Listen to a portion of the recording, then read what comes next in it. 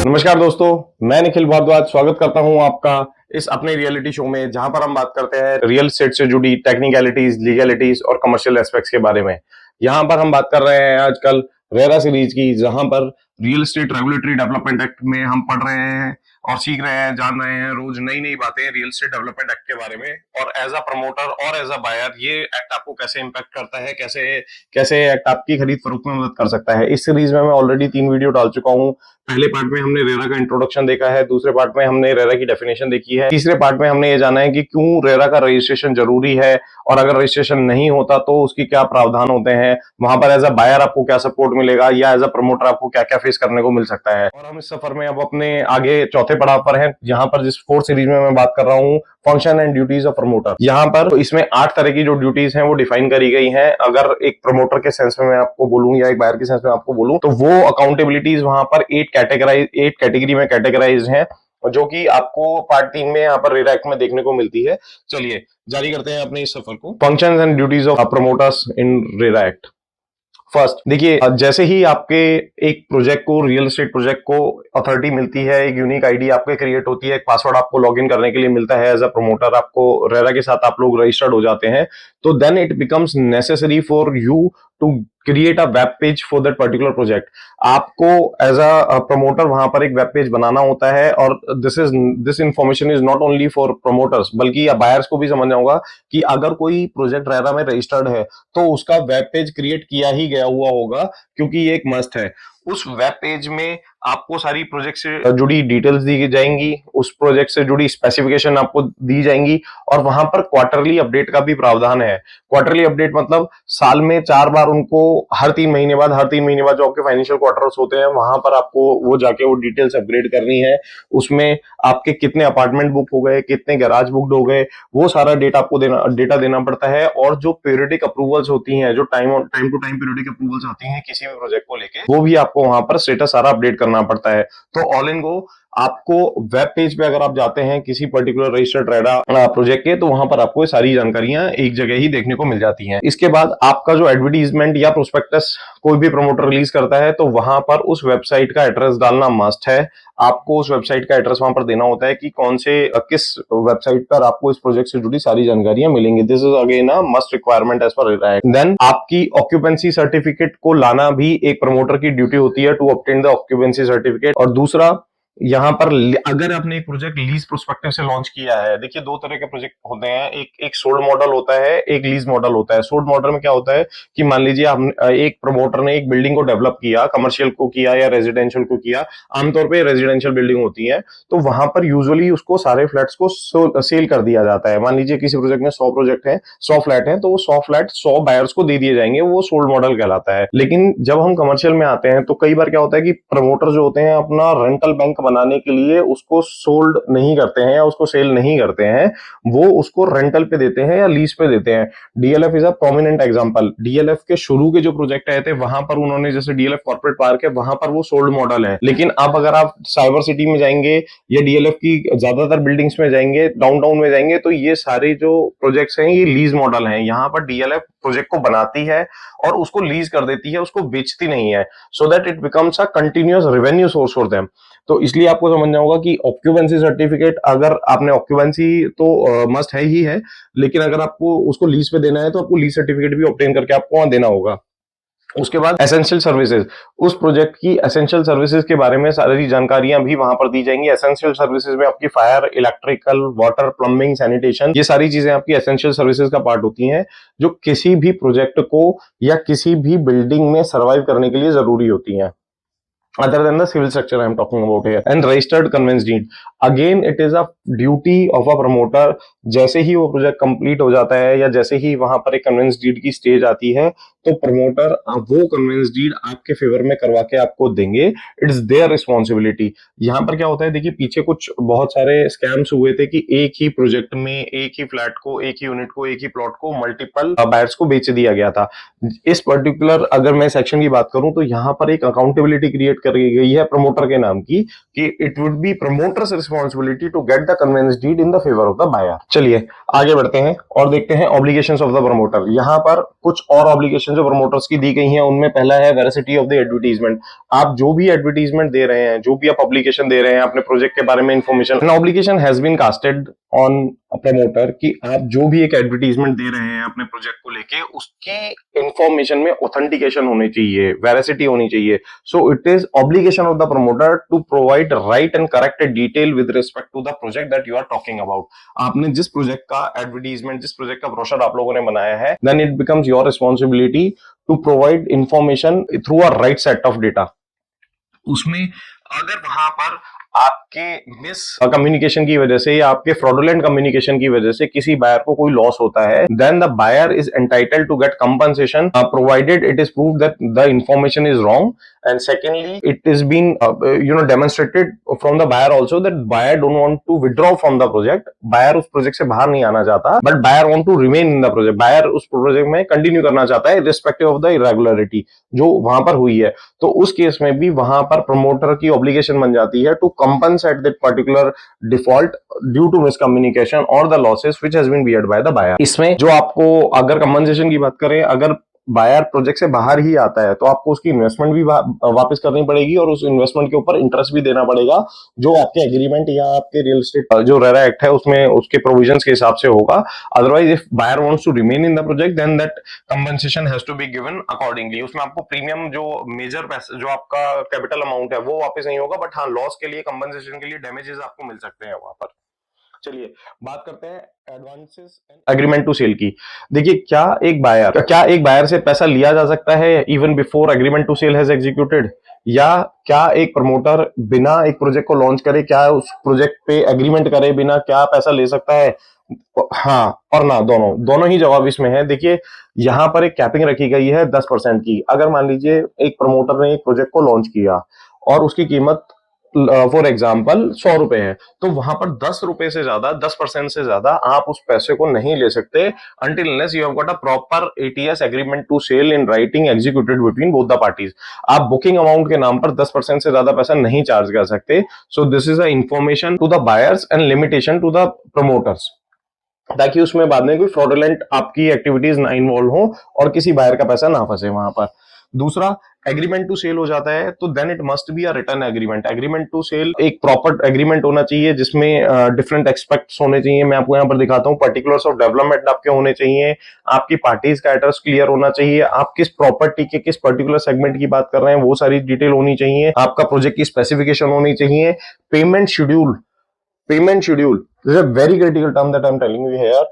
Payment schedule और उसका जो डेट्स है जब आपको देना है। आपने एक एग्रीमेंट टू सेल कर लिया, आपने मान लीजिए 9 रुपए 10 रुपए आपने देके अपनी एक प्रॉपर्टी बुक कर दी, तो बचे हुए जो 90 रुपए आपको देने हैं उसका एग्रीमेंट में डिफाइन होना चाहिए कि कब कब कब किस स्टेज में आपको कैसे कैसे वो पैसा देना है। So this is what the payment schedule is. और चलिए बढ़ते हैं आगे और देखते हैं adherence to sanction plan. As a buyer आपको अपने राइट्स के बारे में पता होना बहुत ज्यादा जरूरी है। आपको समझना होगा कि ये सैंक्शन प्लान क्या है। हालांकि जो उसका पार्ट 2 है, पार्ट 2 में जहां पर हमने डेफिनेशंस कवर करी हैं, डेफिनेशंस में आपको सैंक्शन प्लान की परिभाषा देखने को मिलती है। वहां पर मैंने समझाया भी हुआ है, sanction plan is nothing but a plan which has been approved for a particular project by the competent authority to develop in a project। एक प्रोजेक्ट जो competent authority द्वारा जो जिसको प्रमाण पत्र मिला है कि ठीक है आप ऐसा एक प्रोजेक्ट बनाने वाले हैं, उसमें 10 बिल्डिंग होगी, एक बिल्डिंग 15 फ्लोर की होगी, एक कम्युनिटी एरिया होगा, एक जिम होगा, एक पार्किंग जोन होगा। सो this is what the sanction layout is और सैंक्शन प्लान इज। तो वहां पर ये एक प्रमोटर की रिस्पॉन्सिबिलिटी हो जाती है कि वो उस सैंक्शन प्लान से डेविएट ना करें। It is a must thing to do. लेकिन क्या इसमें चेंज होने के प्रावधान है? क्या इसको चेंज किया जा सकता है? क्या प्रमोटर अपनी मर्जी से उन चीजों को चेंज कर सकता है जो वहां पर प्रोजेक्ट में आपको कमिट करी गई है? चलिए देखते हैं इसको आगे कि क्या कौन से वो प्रावधान है। पहला देखिए, no addition and alteration is permitted. आपको जनरल रूल तो ये है कि आप ऑडिशन अल्टरेशन नहीं करेंगे, लेकिन अगर आपके पास 2/3 बायर्स का आपके पास कंसेंट मिलता है, आपको प्रायर कंसेंट आपको मिलता है, अगर 100 बायर हैं उसमें 2/3 आपको, अगर 67 बायर्स की अगर आपको अप्रूवल कंसेंट मिल जाती है तो फिर आप उसको चेंज कर सकते हैं। और बात करते हैं स्ट्रक्चरल डिफॉल्ट्स एंड रेक्टिफिकेशन की। एक प्रोजेक्ट की कन्वेंस रीड होने के बाद, एक प्रोजेक्ट में ओनरशिप ट्रांसफर होने के बाद, पोजीशन ट्रांसफर होने के बाद 5 साल तक की गारंटी आपके प्रमोटर की होती है कि वो किसी प्रोजेक्ट में आपके जो स्ट्रक्चरल डिफॉल्ट्स हैं उनको रिपेयर करके देंगे। वहां पर 5 साल से पहले अगर कोई स्ट्रक्चरल डिफॉर्मेशंस मिलती है, then it is the accountability of the promoter to get that thing rectified at his own cost. तो आपको वहां पर पैसा नहीं देना है, वो अपनी कॉस्ट पे उस चीज को रिपेयर करके आपको देते हैं। लेकिन यहाँ पर माइनर जो चेंजेस हैं, माइनर चेंज अलाउड किए गए हैं। For example if I would say कि ये इलेक्ट्रिकल पॉइंट यहाँ पर है, लेकिन वो यहाँ पर ना होकर किसी की टेक्निकल कारण से उसको यहाँ करना पड़ा या नीचे करना पड़ा, तो with due approval from architect of the project and engineer of the project, those permissions are granted. Engineer और आर्किटेक्ट उसको वेरीफाई करेंगे, उसके रीजंस देंगे, and then it is granted. लेकिन आप क्या नहीं कर सकते, आप हाइट कम नहीं कर सकते। फॉर एग्जांपल अगर आपका 12 फुट का फ्लोर है, तो there is no way that you can make it 11 foot. आप उसकी हाइट नहीं कम कर सकते, आप उसका एरिया कम नहीं कर सकते, आप उसकी दीवारें अंदर बाहर नहीं कर सकते। So these are the alterations which are not permitted in any case. अब बात करते हैं थर्ड पार्टी सेल की। अज्यूम कीजिए आपने किसी प्रमोटर से एक प्रोजेक्ट लिया और कुछ ऐसे कारण हो गए, because of insolvency of the promoter और मे बी अनदर रीजन, वो बिजनेस को कंटिन्यू नहीं कर रहे हैं, या और फॉर वट एवर रीजन अगर वो प्रोजेक्ट का प्रमोटर ही पिक्चर में से गायब हो जाए, तो फिर आपको कैसा लगेगा? आप जुड़े रहिए, मैं आपको बता रहा हूं कि वहां पर क्या इसके प्रावधान है। देखिए, third party sale of the project, first of all जो रूल कहता है यहाँ पर, the promoter is not allowed to sell 50% majority stake. Majority stake मतलब क्या हुआ कि आप 49% से ज्यादा आप नहीं बेच सकते हो थर्ड पार्टी को। लेकिन गॉड फॉरबिड कुछ ऐसी बात हो जाए, इंसॉल्वेंसी हो जाए या कोई अदरवाइज कोई ऐसी नेचुरल कैलेमिटी हो जाए जिसमें आपको अपना प्रोजेक्ट को सेल करना पड़ रहा है, तो वहां पर बहुत ही स्ट्रिक्ट प्रावधान इस एक्ट में रखे गए हैं। उसमें मैं आपको एक एक करके आपको सारी चीजें कवर करता हूं। पहला तो इसमें यह है कि आपको जो 2/3 अलॉटी है उनकी कंसेंट लेनी पड़ेगी कि यस मैं इस प्रोजेक्ट को सेल करना चाहता हूं। और एक चीज मैं आपको यहाँ पर एक और चीज बताना चाहता हूँ कि जब यहाँ पर 2/3 अलॉटी की बात होती है या पर्टिकुलर एक अलॉटी की बात होती है, तो यहाँ पर इंडिविजुअल अलॉटीज की बात होती है। मान लीजिए एक प्रोजेक्ट में 100 फ्लैट्स हैं मेरे, और 100 फ्लैट में से जो प्रमोटर है उसने अपने 25 फ्लैट खुद बुक करे हुए हैं अपने नाम पर, अपनी फैमिली के नाम पर या अपनी कंपनी के नाम पर, तो उसकी जो वोटिंग होगी वो 2/3 में काउंट नहीं होगी। 25 फ्लैट को एक ही माना जाएगा, that shall be counted as a single vote, not as 25 vote. So this is a very critical information that I'm giving to you. So without permission of the authority, without 2/3 consent of the buyer, the ownership of a project cannot be sold to a third party. Promoter आपका change नहीं हो सकता है। दूसरा, this shall not affect the allotment of the sale of the that has already has happened. जो sale हो चुकी है उसको इंपैक्ट किया ही नहीं जा सकता। So that is something which will not be touched at all. अगर वहां पर 70 फ्लैट 75 फ्लैट पहले ही बेचे जा चुके हैं, तो जस्ट बिकॉज एक third party promoter ownership transfer हो गई है, तो वो जो ऑलरेडी सोल्ड प्रोजेक्ट है उसकी वहां पर उसकी ऑथेंटिकेशन में या उसके स्टेटस में कोई चेंज नहीं होगा। This does not include consent from the utility. Okay, so this is okay with new promoter even on board, the timelines of the project shall not be extended. सिर्फ promoter होने की वजह से या प्रमोटर चेंज होने की वजह से जो प्रोजेक्ट की टाइमलाइन है उनको चेंज करने के लिए परमिट नहीं किया जाएगा। This is also a critical information that I am giving you here. And on top of it, once this entire transaction is completed, the new promoter shall indemnify all the existing allottee or the future buyer that there shall be no harm to their respective interest. जो नया promoter आएगा वो इंडेमिनिफाई करेगा, वो उसको क्षतिपूर्ति का एक शपथ पत्र देगा कि आपके जो एग्जिस्टिंग राइट्स हैं, आपकी जो एग्जिस्टिंग मालिकाना हक है, आपकी जो एग्जिस्टिंग ओनरशिप है, उस पे कोई डैमेज नहीं होगा, उसको कोई चैलेंज नहीं होगा, just because the promoter has switched. So this is a critical obligation when it comes to a third party sale for a project. अब बात कर लेते हैं इंश्योरेंस की। इंश्योरेंस, देखिए इंश्योरेंस किसी भी प्रोजेक्ट का, चलते हुए प्रोजेक्ट का, ये एक प्रमोटर की रिस्पॉन्सिबिलिटी बनती है कि वो ना सिर्फ उसकी लैंड को बल्कि उसके टाइटल को भी इंश्योर करके रखेंगे। और construction of the project is again domain which shall be covered by the promoter only. ये एक प्रमोटर की जिम्मेदारी होगी कि आप अपने अंडर कंस्ट्रक्शन प्रोजेक्ट को इंश्योर्ड करके रखें। तो ये प्रोजेक्ट की जो इंश्योरेंस की जिम्मेदारी है आपकी कब तक रहती है? Liability still the property ownership is sold. आप जब तक उसको प्रॉपर्टी को बेच नहीं देते तब तक वो प्रमोटर की जिम्मेदारी रहती है। But when it comes to common area, common area association of allottee जब आपकी बन जाती है, फॉर्म हो जाती है, तो उसके बाद आपको कॉमन एरिया की इंश्योरेंस और उसकी लायबिलिटी आपको पास ऑन करनी होती है। Then it becomes responsibility of AOA to make that payment. आप वहां पर इंश्योरेंसेस की आपको कॉमन एरियाज की पेमेंट होती है, सो दैट योर इंटरेस्ट और your risk in the particular project is covered completely. चलिए आगे चलते हैं और बात करते हैं ट्रांसफर ऑफ टाइटल के बारे में। Registered conveyance deed and favours of the allottee, ये एक प्रमोटर की रिस्पॉन्सिबिलिटी है कि जो आपको फ्लैट दिया जा रहा है, जो पर्टिकुलर यूनिट आपको दी जा रही है, जो पर्टिकुलर शॉप आपको दी जा रही है, या किसी आपका जो एनक्लोज प्रोमाइसेस होते हैं वहां पर कोई प्लॉट आपको दिया जा रहा है, so it is responsibility of the promoter to get a registered conveyance deed in favour of the allottee. वहां पर आपको एक रजिस्टर्ड कन्वेंस डीड आपको करवा के देनी होगी। Then undivided proportionate title. देखिए कॉमन एरिया जो होते हैं, आपको आपका जो मालिकाना हक मिलेगा, जो आपको अथॉरिटी मिलेगी, वो आपको अपने रिस्पेक्टिव प्रोमाइसेस में मिलेगी। लेकिन कॉमन एरियाज का क्या होगा? Common area is undivided proportionate title. अब ये अनडिवाइडेड प्रोपोर्शनेट टाइटल क्या होता है? अनडिवाइडेड प्रोपोर्शनेट टाइटल ये होता है कि अगर मान लीजिए आप 100 फ्लैट में से 5 फ्लैट आपके पास हैं, आपके पास 3 फ्लैट हैं, तो कॉमन एरिया के आप 3/100 के या 5/100 के मालिक हैं, लेकिन वो अनडिवाइडेड है। आप उस जगह को ईयर मार्क नहीं कर सकते। आप 4 एकड़ का कैंपस है, तो आप 4 एकड़ में ये नहीं बोल सकते कि 3 एकड़, 4 एकड़ में से 1 एकड़ में बिल्डिंग बनी हुई है, 3 एकड़ का कॉमन एरिया है, तो मैं 3 एकड़ में 3/100 का हिस्सेदार हूं, तो ये वाला कोना मेरा है। So this is something which is not permitted in the act. Undivided proportionate title है आपके पास, वो उसको यूटिलिटी करने का, यूज करने का अधिकार सबका है, but yes ownership title is there. Hand over of the physical possession, ये प्रमोटर की अगेन एक जिम्मेदारी होती है कि वो आपको जो फिजिकल पोजेशन है, वहां पर फिजिकल पोजेशन कानून की परिभाषा में एक peace and vacant peaceful possession को पोजेशन माना जाता है, फिजिकल हैंडओवर माना जाता है, जहां आपका जो डिवाइस प्रोमाइसेस है वो नीट एंड क्लीन होगा, उसमें वही चीजें होंगी जो आपको सेल करी गई हैं। और ऐसा नहीं है कि वो एक एग्जिस्टिंग गोडाउन की तरह आपको अभी भी यूज हो रहा है और उसने आपको चाबी लाके पकड़ा दी कि सर ये लीजिए आपकी चाबी है और ये फ्लैट आपका हो गया। नहीं, it should be neat clean only with the assets which has been sold to you or which has been committed to you as a part of this particular project। वहां पर आपको चाबी देनी होगी and the premises is necessary to be a lock and key. वो आपका जो प्रोमाइसेस है वो लॉक एंड की इनेबल होना चाहिए।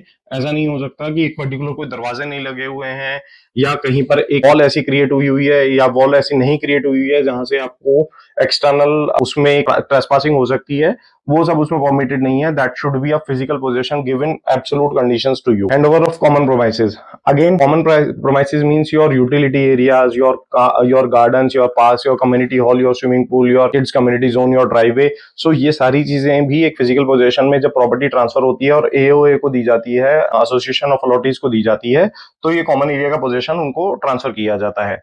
एंड देन अगर कोई ऐसा लॉ नहीं है, अगर किसी पर्टिकुलर स्टेट में कोई किसी लॉ का एब्सेंस है, then it becomes obligation of the promoter कि ऑक्यूपेंसी सर्टिफिकेट आने के 30 दिन बाद ये कन्वेंस डीड का जो प्रोसीजर है, ये जो ओनरशिप ट्रांसफर का प्रोसीजर है, ये सब कंप्लीट हो जाना चाहिए।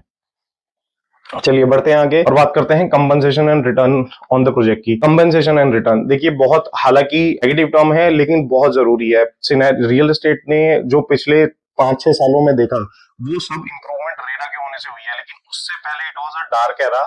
पर्टिकुलरली अगर मैं बात करूं तो सन 2005 से लेकर 2015 तक के जो 10 साल रहे, वहां पर रियल एस्टेट में प्रोजेक्ट्स में जो डिले हुआ है, बायर्स ने जो डबल डबल पैसे दिए हैं, ईएमआई भी दिए हैं और रेंटल्स भी दिए हैं, that has created a lot of dent into the industry. जो बायर्स का सारा कॉन्फिडेंस उसमें वॉश आउट हो चुका है। तो इस एक्ट में ऐसा क्या प्रावधान है कि जहां पर आपके पैसों को बचाया गया है, तो compensation on return and payment, यहाँ पर जो प्रावधान पूरा क्लियर दिया गया है, अगर कोई प्रोजेक्ट लेट हो गया है और वहां पर आपकी जो कैपिटल है वो फंस गई है, तो then it becomes obligation of the promoter to not only return you the investment but the capital amount also on it along with the interest. आपने अगर वहां पे 10 लाख रुपए लगाए थे या 20 लाख रुपए लगाए थे, उस 20 लाख रुपए के ऊपर पिछले 7 सालों में, पिछले 8 सालों में जो ब्याज बना है वो प्रमोटर को आपको देना होगा। This becomes a must for the promoter in this particular case. अगर वो उस प्रोजेक्ट को डिलीवर नहीं कर पाते, फेल हो जाते हैं, नहीं आपको हैंडओवर मिल पाता, नहीं आपको पोजीशन दे पाते, then you are entitled to take this compensation and the return on your payment. So इसका जो भी वहां पर आपका एग्रीमेंट हुआ होगा या जो भी अकॉर्डिंग टू लॉ अगर आप कोर्ट को अप्रोच करते हैं, तो वहां पर आपको उसके हिसाब से सारी पेमेंट दे दी जाएगी। But for this particular thing you have to create a demand. आपको एक अपना डिमांड भेजना होगा, you need to stand out for your self, तब आपको इसका डैमेज और कंपनसेशन निश्चित तौर पे वहां पर मिल जाएगा, अगर if there is any particular default by the promoter on this particular thing. चलिए बात करते हैं डिलीट पोजीशन के केस में। अगर आप प्रोजेक्ट से बाहर नहीं जाना चाहते, you want to stay in the project, क्योंकि आपने 7 साल 8 साल अपना एक पेशेंस दिया है, आपने एक संयम के साथ एक प्रॉपर्टी के साथ आप रहे हैं कि वो प्रॉपर्टी कल को आपको मिलेगी, लेकिन फिर भी अगर उस टाइम के ऊपर भी अगर एक मान लीजिए पेमेंट हो रही है, डिले हो रहा है, तो फिर क्या है? तो वो जो डिलेड पीरियड है उसके कंपनसेशन के लिए आपको हक है। You are allowed to take that compensation. वहां पर जो डिलेड है उस पे उसको प्रमोटर को आपको कंपनसेशन देना होगा। और इसके बाद बात कर लेते हैं एनी अदर ऑब्लिगेशन। अगर इसके अलावा डिलेड डिलीवरी के अलावा या डिफॉल्ट्स इन क्वालिटी के अलावा भी अगर कोई ऐसी कारण हुआ है जिससे आपको लॉसेस हुए हैं as a buyer, even then in that case promoter is liable to pay you the amount. चलिए, तो ये सारी चीजें, ये 8 एस्पेक्ट आज हमने कवर करे हैं, जहां पर हमने देखा है कि एक फंक्शन और ड्यूटी क्या होती है प्रमोटर की। अब इस सीरीज में अब आज के लिए इतना ही। कल हम जानेंगे कि राइट्स ऑफ द प्रमोटर्स क्या होते हैं, राइट्स ऑफ द बायर्स क्या होते हैं, राइट्स ऑफ द अलॉटी क्या होते हैं, ऐसे कौन से राइट हैं जो आपको मिलेंगे अगर आप प्रोजेक्ट खरीदते हैं जो रेरा में अप्रूव्ड होगा, जो रेरा से ऑथेंटिकेटेड होगा। तो इसके लिए आपको बने रहना होगा हमारे साथ। कल मैं फिर लेके आऊंगा आपके लिए रियल एस्टेट से जुड़ा इसी सीरीज में एक अगला एपिसोड, जहां पर हम बात करेंगे राइट्स ऑफ द अलॉटीज की। तो चलिए, जुड़े रहिए मेरे साथ। Please like my channel, subscribe my channel, ताकि मैं आपके लिए और मोटिवेट हो सकूं, मैं आपको दे सकूं रियल एस्टेट से जुड़ा ऐसा कंटेंट जो आपकी अगली प्रॉपर्टी खरीद फरोख्त में आपकी मदद करेगा, ताकि आपके सपनों का घर सपना न रह जाए। धन्यवाद।